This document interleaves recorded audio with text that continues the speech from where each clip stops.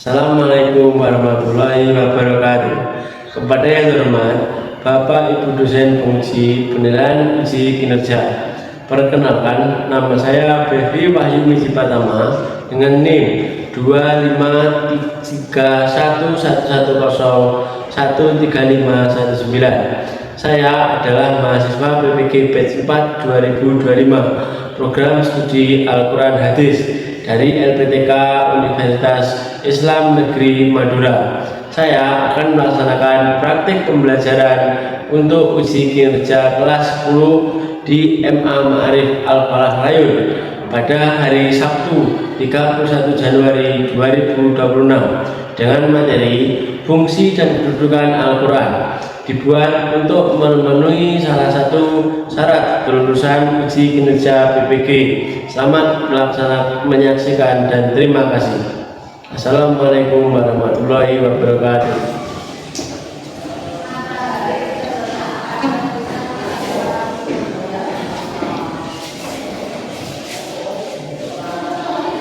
Assalamualaikum warahmatullahi wabarakatuh.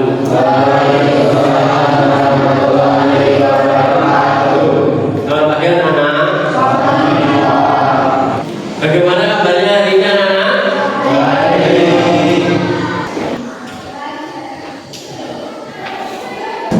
Belum mengawali pelajaran pagi hari ini, mari kita berdoa dulu. Untuk kelas silakan kemudian berdoa. Siap, berdoa mulai.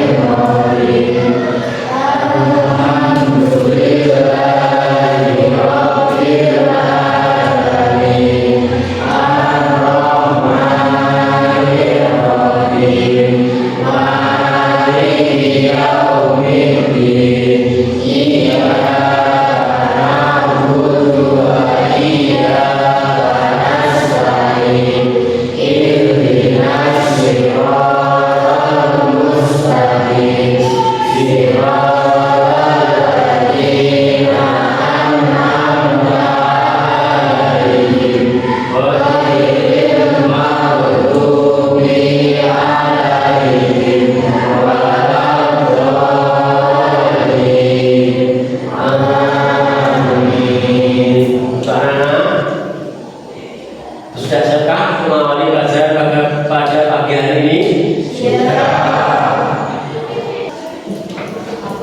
Baiklah, kalau sudah siap, Miki mau mengecek keadaan siswa.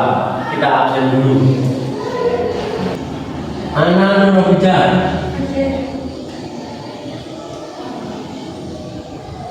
Daniel Nur Alamsyah, hadir.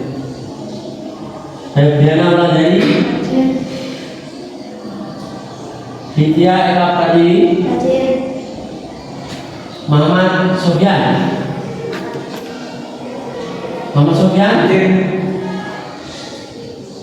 Riki Pratama,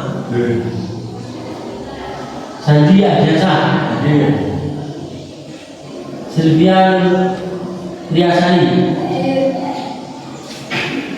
Kaisar Rafael, Vita Widyati,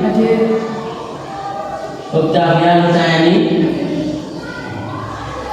Alan Janji Eko,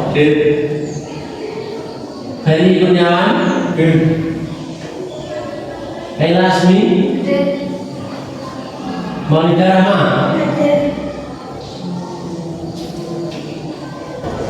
Baiklah, sebelum kita mengawali pelajaran pada pagi hari ini, kita sebagai warga negara Indonesia untuk menunjukkan rasa cinta kepada negara kita, mari kita menyanyikan lagu nasional yaitu Garuda Pancasila. Untuk Fitri tolong jadi sisek di depan. Ya teman-teman, sebelum kita menyanyikan lagu Garuda Pancasila, marilah kita berdiri terlebih dahulu.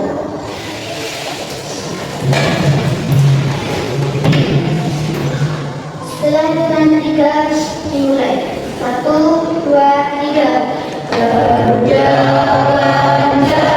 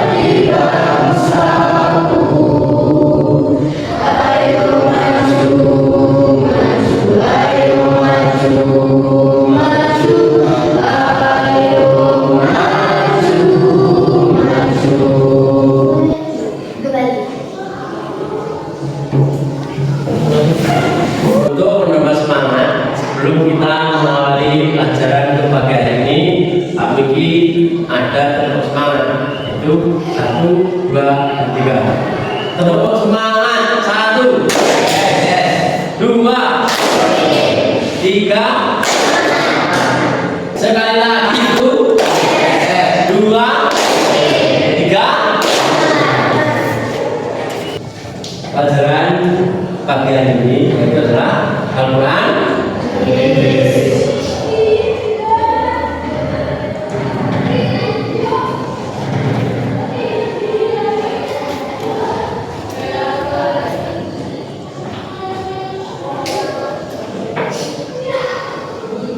Di sini kita akan membahas tentang fungsi dan kedudukan Al-Quran.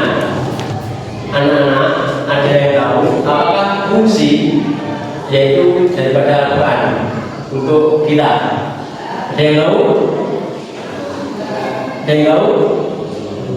Al-Quran yaitu adalah sebagai pedoman hidup manusia untuk hidup di dunia sebagai apa? Rujukan untuk menentukan hukum sebelum hadis.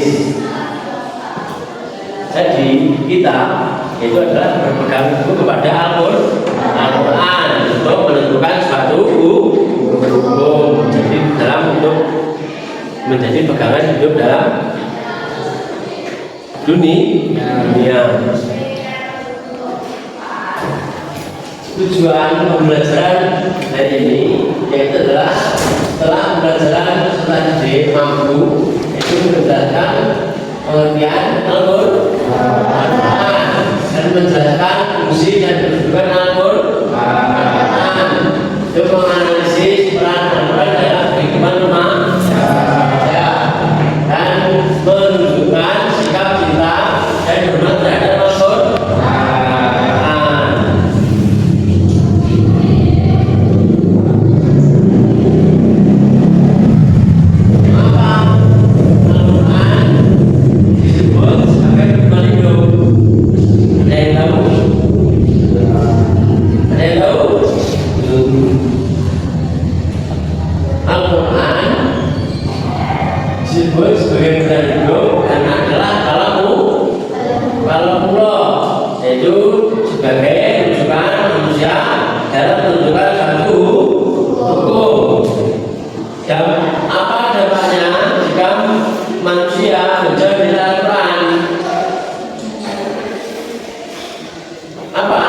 Yang menjadi dampak jika manusia menjauh dari Al-Quran, itu mereka akan terjerumus ke dalam dosa, yaitu mereka akan kehilangan dasar-dasar yang menjadi pedoman hidup manusia.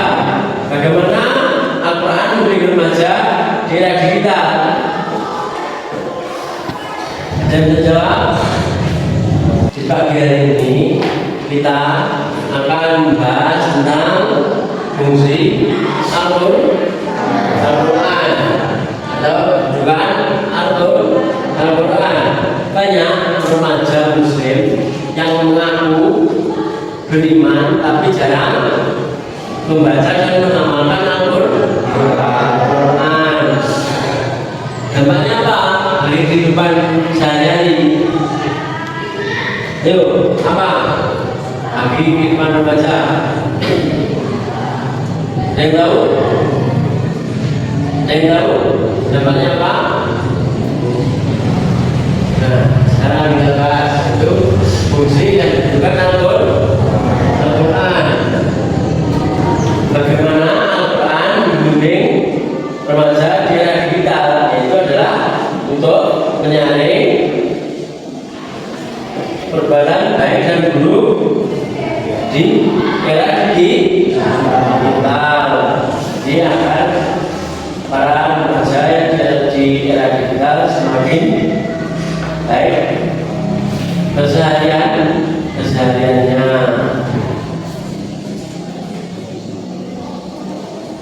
Pengertian Al-Quran adalah kalam Allah atau perkataan Allah diturunkan kepada Nabi Muhammad, itu melalui malaikat Jibril. Membacanya bernilai ibadah, terjaga keasliannya hingga akhir zaman.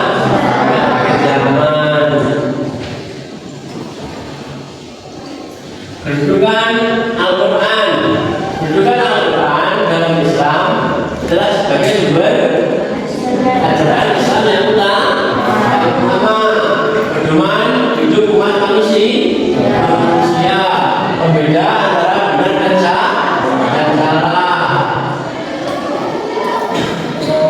Kitab Al-Quran tidak ada keraguan di dalamnya, petunjuk bagi orang-orang yang bertakwa. Fungsi Al-Quran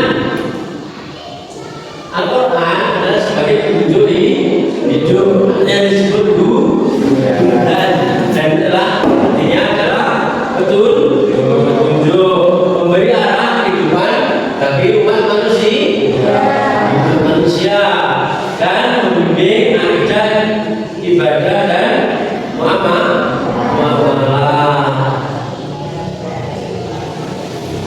Al-Quran sebagai sumber hukum Islam, dasar penetapan hukum halal dan haram, dan menjadi tujuan utama sebelum hadis. Maksudnya adalah Al-Quran sebagai pedoman akhlak, membentuk pribadi jujur, amanah dan sabar. Akhlak Rasulullah SAW adalah cerminan dalam Al-Quran. Akhlak Nabi adalah Al-Quran. Al-Quran sebagai rahmat dan penyembuh, menenangkan hati, menyembuhkan penyakit hati. Al-Quran dan kehidupan remaja adalah pedoman pergaulan. Sebagai apa? Pedoman pergaulan, mengontrol penggunaan media sosial, membentuk karakter dan jati diri Muslim, menyebarkan ajaran Islam dengan hikmah. Dan terakhir adalah Al-Quran adalah wahyu Allah, memiliki fungsi sebagai petunjuk, berhukum dan pedoman. Remaja wajib menjadikan Al-Quran sebagai pedoman hidup.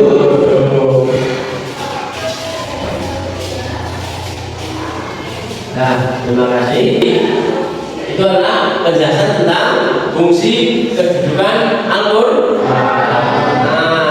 Dan sekarang untuk satu kelompok bisa terdiri dari 3 sampai 4 anak.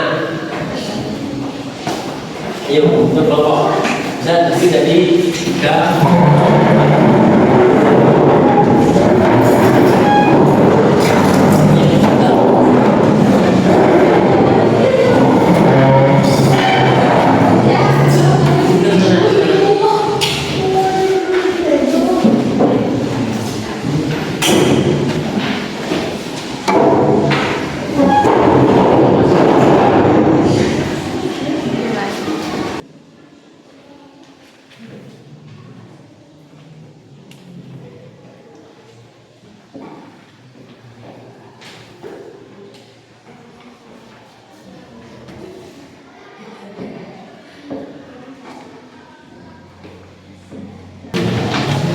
Yang sudah kami bagikan bisa kalian didiskusikan dengan satu kelompok dan nanti bisa dipresentasikan tiap-tiap kelompok untuk masuk ke depan.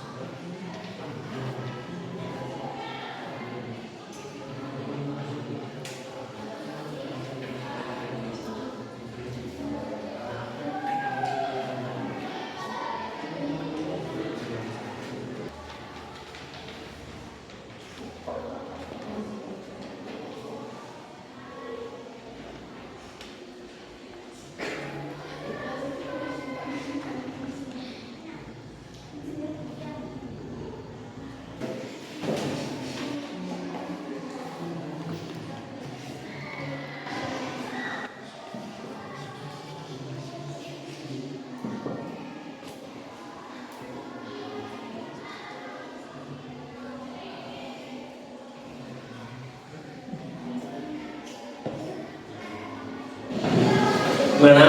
Sudah? Diskusinya? Kalau sudah, bisa kita mulai untuk presentasi, yaitu mulai dari kelompok pertama, kelompok 1. Silakan maju untuk mempresentasikan apa yang telah didiskusikan. Ayo, maju. Satu.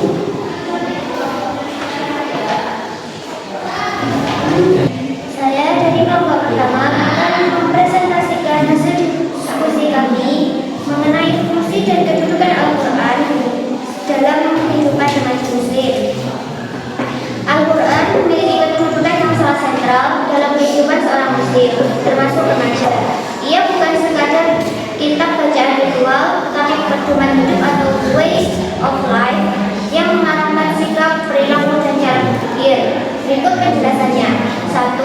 Al-Quran sebagai pedoman hidup atau bidan. Al-Quran berfungsi sebagai petunjuk dalam membedakan yang benar dan salah. Jika remaja menjadikan Al-Quran sebagai rujukan utama, maka perkataan akan lebih terjaga, sikap terhadap orang tua lebih sopan dan terhormat, perilaku sehari-hari selaras dengan nilai akhlak Islam. Yang kedua, Al-Quran sebagai sumber akhlak mulia.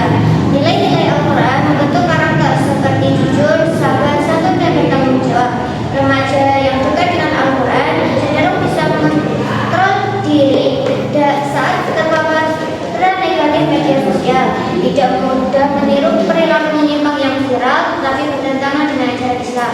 Yang ketiga, Al-Quran sebagai peringatan dan nasihat atau mausihat. Al-Quran mengingatkan manusia tentang akibat dari perbuatan buruk dan pentingnya menjalankan perintah Allah. Dengan memahami isinya, remaja akan lebih sadar bahwa lantai beribadah berdampak pada ketenangan jiwa dan setiap perbuatan akan dimintai pertanggungjawaban.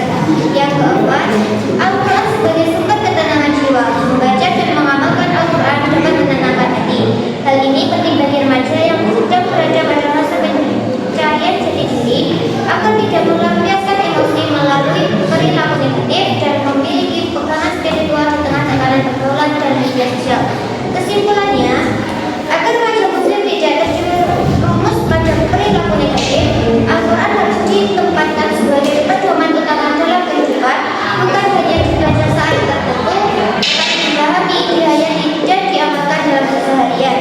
Dengan begitu, remaja akan memiliki filter moral dan spiritual yang kuat dalam menghadapi pengaruh negatif era digital. Demikian presentasi dari saya. Ada kurang lebihnya mohon maaf. Wassalamualaikum warahmatullahi wabarakatuh.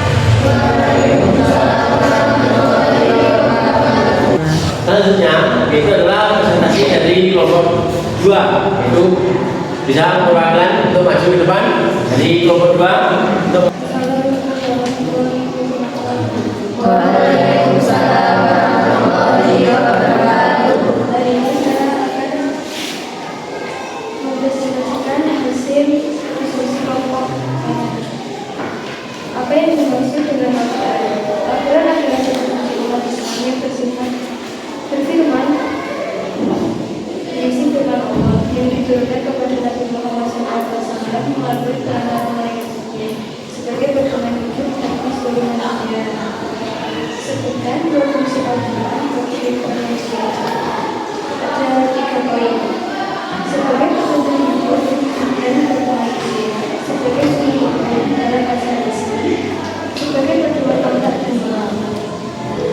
Dan jelaskan kedudukan Al-Quran dalam masalah Islam. Al-Quran berkedudukan sebagai sumber hidup utama dan pedoman hidup dalam masalah Islam, yang menjadi dasar dalam menentukan keimanan, ibadah, akhlak, dan seluruh aspek kehidupan Islam. Sekian atas presentasi saya. Waalaikumsalam warahmatullahi wabarakatuh. untuk selanjutnya yaitu presentasi dari kelompok 3, bisa mempresentasikan apa yang menjadi hasil diskusinya untuk maju ke depan, yaitu perwakilan kelompok.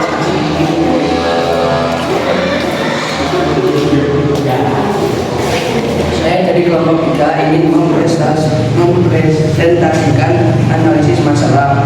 Fungsi Al-Quran, penjelasan sikap, contoh dalam kehidupan remaja, penunjuk hidup, memberi arahan dalam menentukan sikap dan perbuatan yang benar. Remaja memilih pergaulan yang baik dan menjauhi perbuatan maksiat.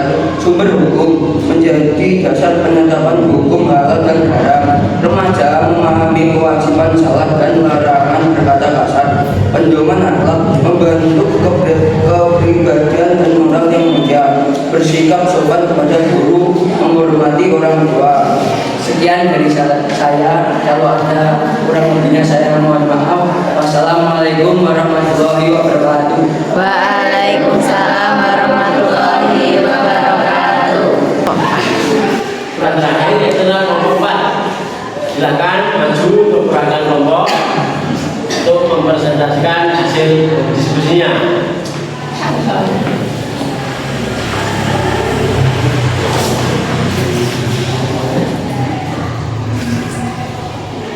Assalamualaikum warahmatullahi wabarakatuh. Waalaikumsalam warahmatullahi wabarakatuh. Saya perwakilan dari kelompok 4. Satu bagaimana cara menjadikan Al-Quran sebagai pedoman remaja di sekolah dengan membiasakan membaca dan memahami Al-Quran, mengaitkan nilai-nilainya dengan pelajaran di kehidupan sehari-hari, serta menerapkan ajaran Al-Quran dalam sikap disiplin, jujur, dan saling menghormati di lingkungan sekolah. 2. Sikap apa yang harus dimiliki remaja muslim agar lebih mencintai Al-Quran? Remaja muslim harus memiliki sikap hikmah dan istiqomah terhadap Al-Quran, seperti rajin membacanya, berusaha dalam menafsirkannya, dan mengamalkan ajaran dalam kehidupan sehari-hari.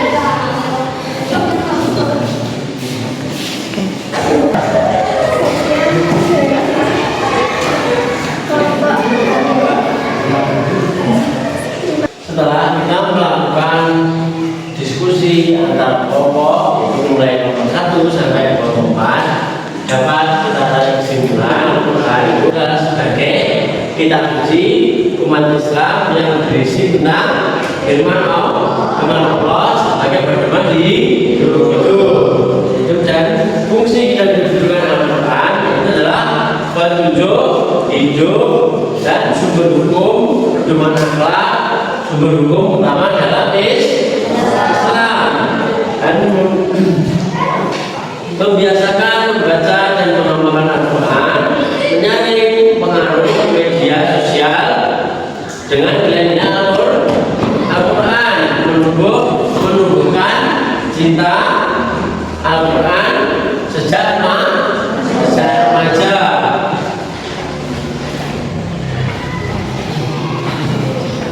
Al-Quran berperan membentuk akhlak remaja dengan menanamkan nilai-nilai kebaikan seperti jujur, sopan, bertanggung jawab, sehingga remaja mampu menghindari perilaku yang negatif. Berbicara dengan sopan kepada orang tua dan guru serta melaksanakan sholat tepat waktu. Saya minta dari salah satu siswa untuk menerangkan atau memberikan suatu penjelasan tentang apa yang sudah kita pelajari untuk pagi hari ini. Ayo, saya salah siswa. Fitri, bisa? Ya. Cepat.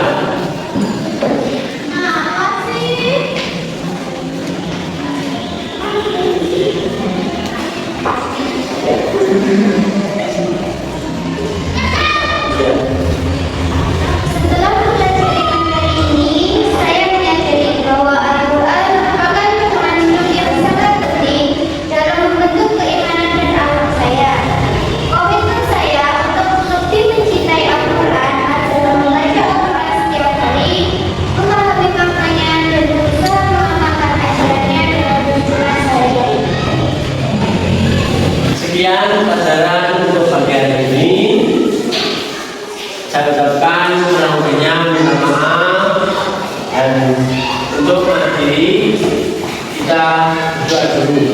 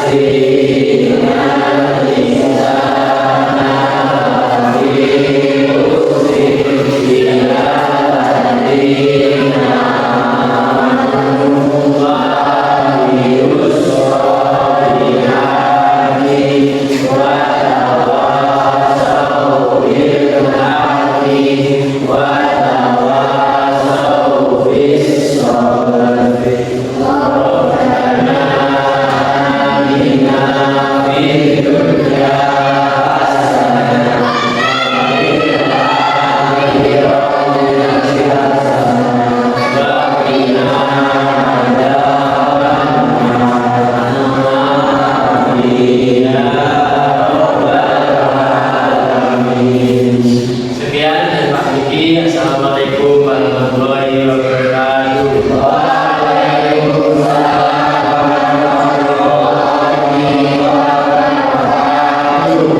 Bapak, Ibu dosen yang kami hormati, alhamdulillah pelaksanaan pembelajaran UKM PPG di kelas 10 dengan peserta atas nama Bilby Wahyu Miji Pratama telah selesai. Atas perhatiannya, kami mohon maaf jika ada kekurangan dalam kegiatan pembelajaran. Terima kasih. Assalamualaikum warahmatullahi wabarakatuh.